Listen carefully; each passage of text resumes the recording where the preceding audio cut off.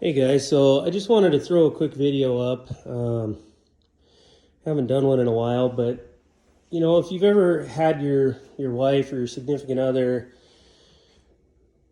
all of a sudden come up to you at the last minute and say, "Hey, I really want the backsplash tiled and nice and cleaned up before Christmas Eve and everybody's coming over." I'll be honest, this is my first time tiling, and that's kind of the reason I wanted to throw the video up. I am not a professional contractor by any means. I'm a journeyman plumber by trade. So I don't do a lot of tiling. Kitchen's totally a mess, but the kids are at daycare. It snowed today in Seattle. I live an hour south of Seattle, so I came straight home and decided to get busy on the tile. So just a couple things. I just wanted to throw this out there. If this is something you think you might be doing in the future, if you're at all just a little bit handy, I mean just a little bit, this is not a difficult task at all. I was so scared to start taking this on, and I actually watched a couple YouTube videos from other people's channels that were really helpful. They really took a lot of the scare factor out of it for me, showed you what materials to buy, and that was awesome. I went and bought everything I needed from Home Depot and Lowe's. My wife liked to tile better at Lowe's. I'm a Home Depot guy, so I got some stuff from there. But basically, I just wanted to show you really quick. So we're the process of tiling is essentially getting the material on the wall and then filling in all the cracks that you're putting spacers in with grout. And so some of these cuts look kind of rough, but there's going to be an outlet cover covering that and that one. And so basically before we just had a 2x4 piece of trim board that went all the way around, and it just kind of got a little icky behind the sink. I'm sorry, I even got dishes in the sink. I'm literally in just tile mode and get this done while the kids are at daycare. It's taken me a couple days just to get this done, just because we've been so busy running around doing Christmas parties and stuff. But so the process of starting tile is essentially, if you just have paint on the wall like I do. I bought this, maybe it's Mapai type 1 adhesive, and essentially you just take a trowel with the teeth on it, and whatever tile you buy will tell you what kind of trowel you need to use. They sell different trowel types with the different teeth on them to spread the adhesive in the pattern that the tile will need to seal up the best. So you're essentially just sticking tile to the wall. I'm kind of working around this corner. You can see that there's already some adhesive on the wall. When I get in tight corners like that, I sometimes cheat and I'll just put the adhesive right on the back of the tile and then stick it to the wall, just so I'm not making too big of a mess. But essentially, once you pick your pattern and start putting them up on the wall, that's really all you're doing. Is you can see, like right here, we did this typical full tile and then just the 50-50 split. So it's just a 50% offset. So you start the row with a half piece, those two rows, and then that's a full piece, that's a full piece. And then I ended up with a little gap on the other side. So I matched it on the other side. Not a big deal. There's a lot of different tile variants. There's a lot of different patterns you can choose, but I am thoroughly impressed. This tile wasn't very expensive. I think it was probably 30 bucks a box. So all in all, by the time I'm done going from there to the end of the counter and just making this kitchen look a little more homely and much nicer, I think, once it's all grouted in, I'm probably maybe 250 bucks into this. If you were to hire this job out, I don't know tile guy rates, but I know construction's very expensive right now with inflation. Parts are getting marked up, materials are getting marked up pretty extremely.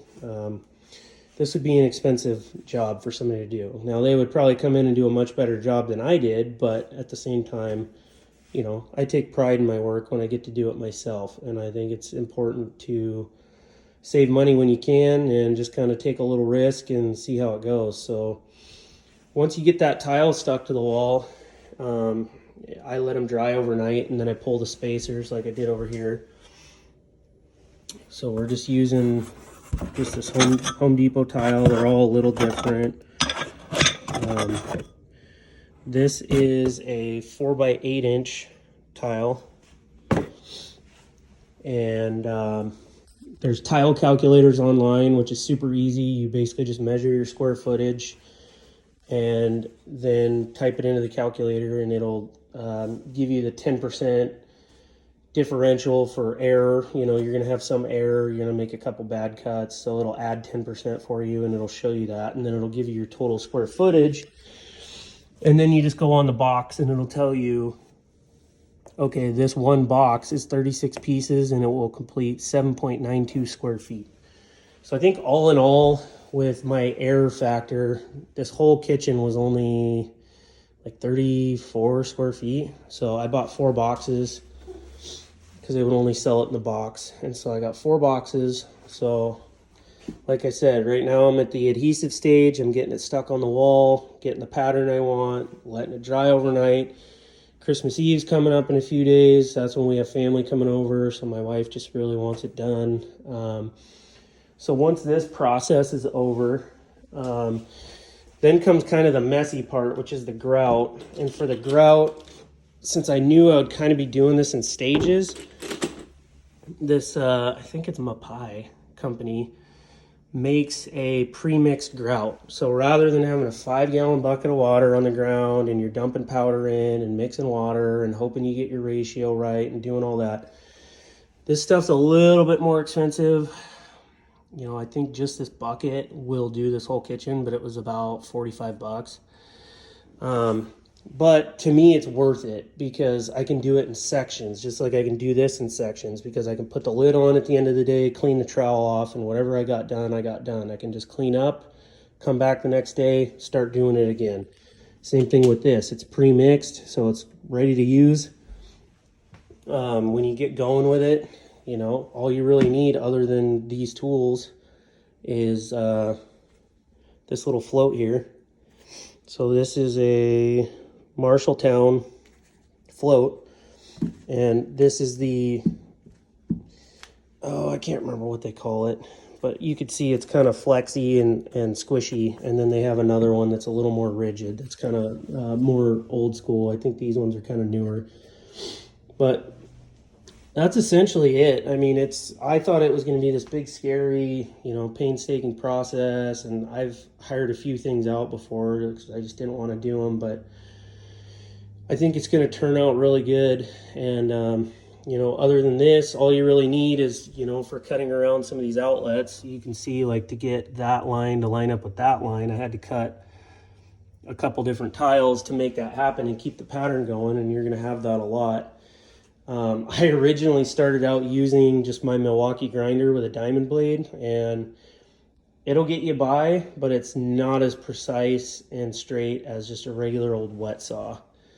And so, actually, you'd be surprised how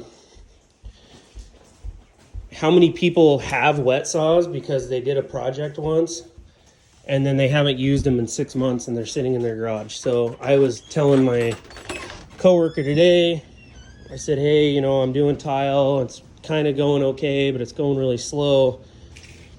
And he's like, oh, buddy, I have a wet saw. I'll bring it to work tomorrow. And so basically all this is almost like a compound chop saw, but it's just a table saw.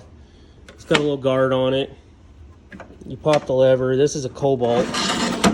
And it's just got a little sump in there. So you fill it up with water, and it just keeps your blade wet, keeps it nice and cool, keeps the cuts really clean, nice and straight. This is a night and day difference. And you can buy super cheap ones at Harbor Freight for as little as, I think, $50, or Marketplace has really, really good deals as well as Craigslist, because like I said, people spend, you know, $250 on something like this, use it once or twice for a job, and then it sits on their shelf and then they just get rid of it. So it beats the heck out of